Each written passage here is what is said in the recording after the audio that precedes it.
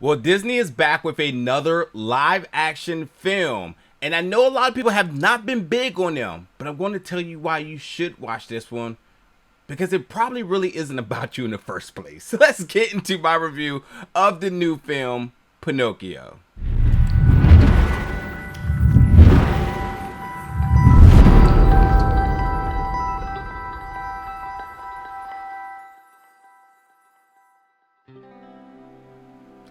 What's up, everybody, and welcome back to the channel today for another review. And today we're going to be reviewing the film Pinocchio, which is going to be releasing on Disney Plus September 8th.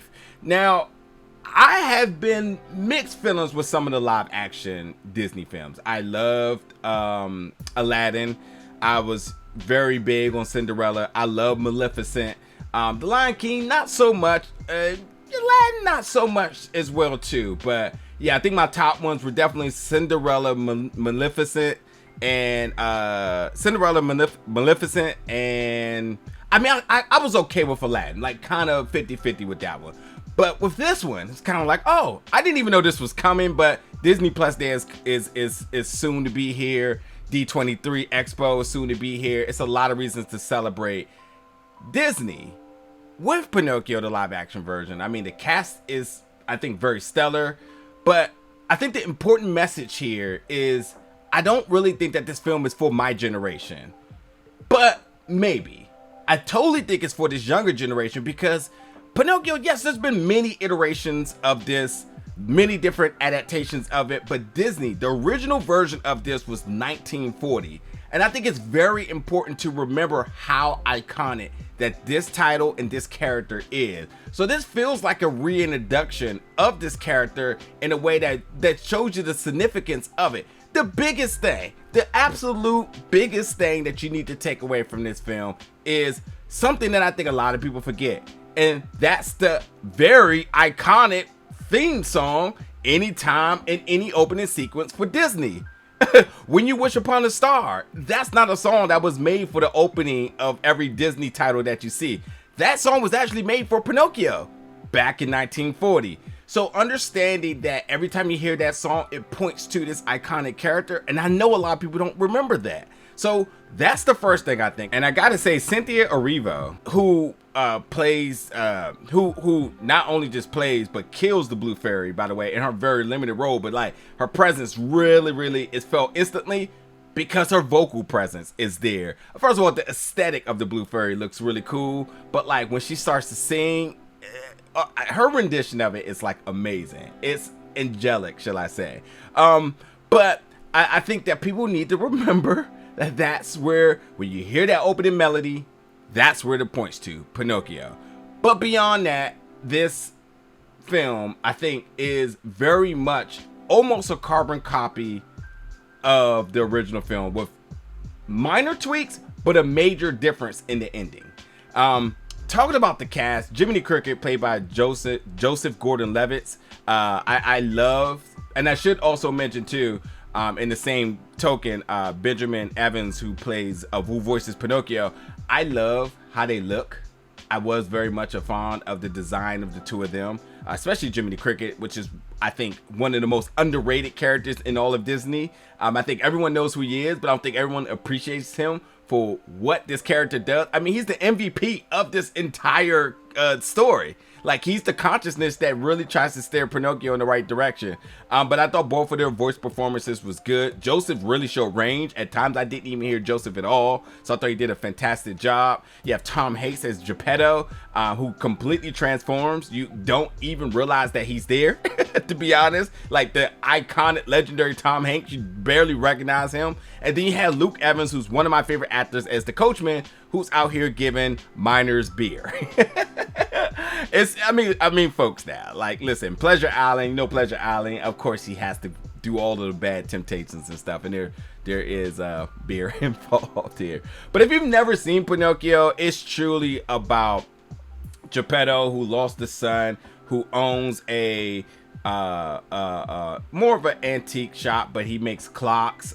He makes all sorts of different things, but this time he makes a wooden puppet, and he wishes that this wooden puppet could, you know, be a boy. And then with that dream, ends up becoming a boy. And then the wooden boy wants to actually become a real boy. And that's what his whole destiny is about.